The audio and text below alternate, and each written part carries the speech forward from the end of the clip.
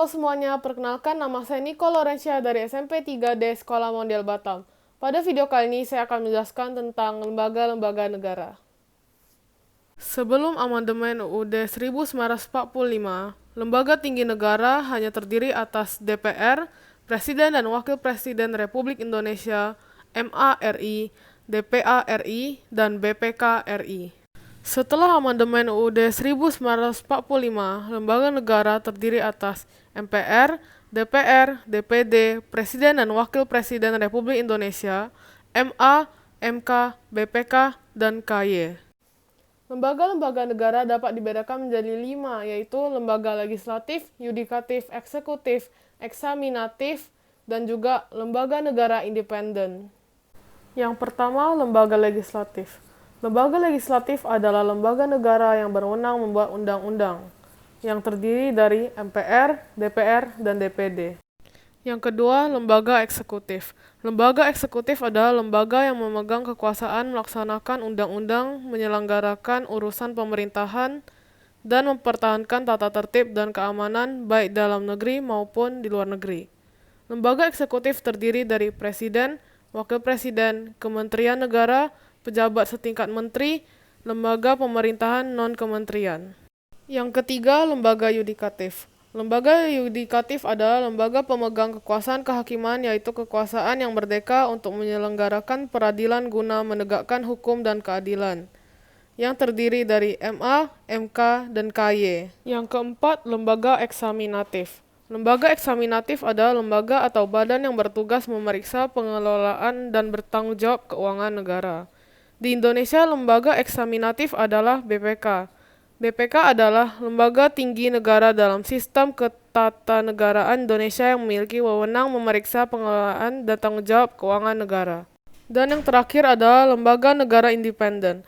Lembaga negara independen dibentuk dengan dasar hukum yang berbeda-beda melalui konstitusi, undang-undang, maupun keputusan presiden.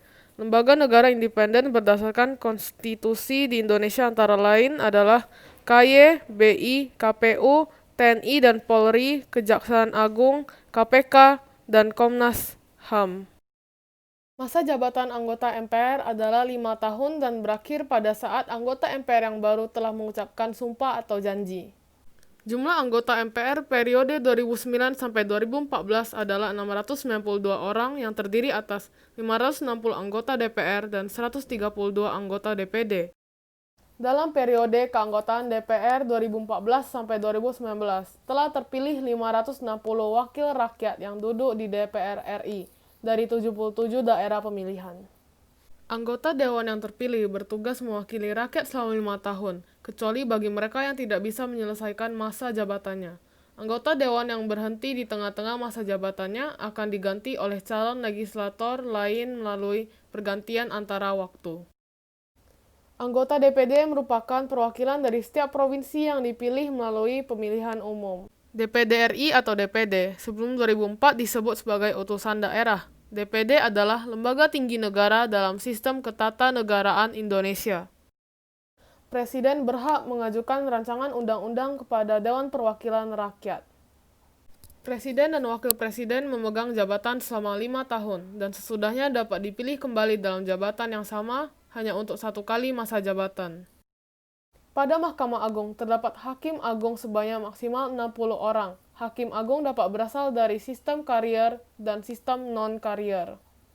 Calon Hakim Agung diusulkan oleh Komisi Yudisial kepada Dewan Perwakilan Rakyat untuk kemudian mendapat persetujuan dan ditetapkan sebagai Hakim Agung oleh Presiden, dan masa jabatannya adalah 5 tahun.